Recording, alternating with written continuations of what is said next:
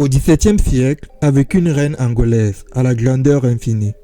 Cette légende absolue qui pendant 40 années a combattu les esclavagistes. À la fin du XVe siècle, c'est envoyé par le Vatican que les Portugais arrivent en Afrique pour débuter la traite négrière. Par leurs actes, ils commencent l'anéantissement du très élaboré royaume du Congo, permettant à ces royaumes vassaux, dont celui du Ndongo, de prendre leur indépendance. En 1560, c'est avec des missionnaires que les mêmes Portugais font voile vers le sud, pénètrent l'embouchure de la rivière Kwanza et arrivent en Ndongo, où règne le roi Kiluandi. Suspicieux, Kiluandi leur accorde pourtant l'hospitalité. Les Portugais vont mettre à profit ces années pour étudier le fonctionnement du royaume, recenser ses richesses, pour venir plus tard avec une armée le détruire. Le royaume du Ndongo est le calvaire de l'esclavage. L'île de Luanda, localité du Ndongo, d'où étaient collectés les kauris servant de monnaie au royaume Congo, devient un important port d'où les Africains sont déportés vers l'univers concentrationnaire des Amériques. À l'intérieur des terres, les survivants des tueries lors des razzias sont enchaînés, marchent pendant des jours, se suicident avec leurs enfants dès la moindre occasion. Ceux qui arrivent vivants sont balayés par les larmes et la dépression. Ils sont entassés dans les cales de bateaux pour aller produire dans une violence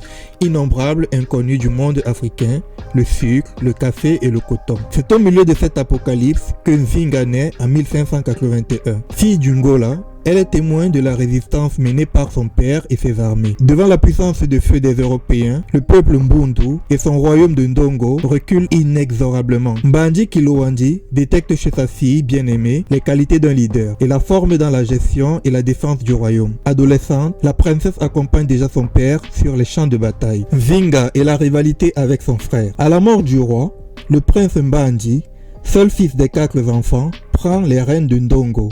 Il décide lui aussi de continuer l'offensive, décision que Nzinga trouve précipitée. Jaloux de son influente sœur, Mbandi fait tuer le fils de Nzinga, pas peur que celui-ci ne prétende un jour au trône.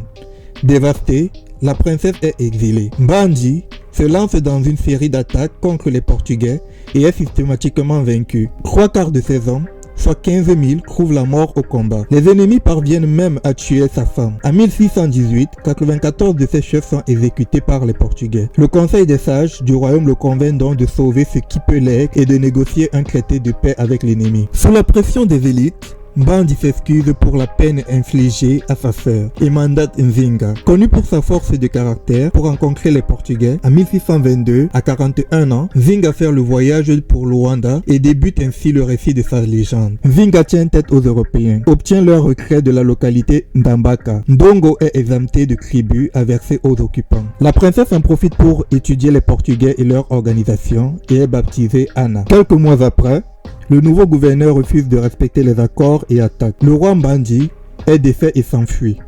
Les hommes de Nzinga le retrouvent et le contraignent de se suicider par empoisonnement.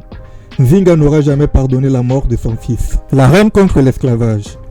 La fille de Mbandi Kiluandi prend les pleins pouvoirs et devient reine de Ndongo sous le nom de Ngola Mbandi Nzinga, la reine dont la flèche atteint toujours le but. Aguerrie au combat, elle mène elle-même ses troupes et harcèle par les méthodes de guérilla les armées portugaises. Charismatique, elle conquiert le royaume de Matamba et y installe sa capitale.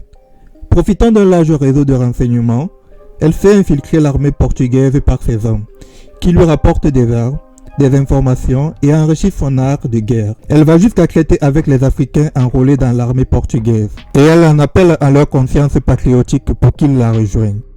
Elle noue des liens avec les royaumes voisins pour combattre les Européens et en finir avec la mise en esclavage de son peuple. Sa sœur, Kifundi, est prise et décapitée par les Portugais, son corps jeté dans une rivière. À 66 ans, Nzinga mène ses troupes et affronte 20 000 Portugais à la bataille de Senga. Les missionnaires, qui pensaient l'avoir converti au christianisme et rendu docile des années plus tôt, avouent leur échec. Constatant les relations conflictuelles entre les Hollandais et les Portugais pour le contrôle de la Crète, l'Angola s'allie stratégiquement avec les premiers.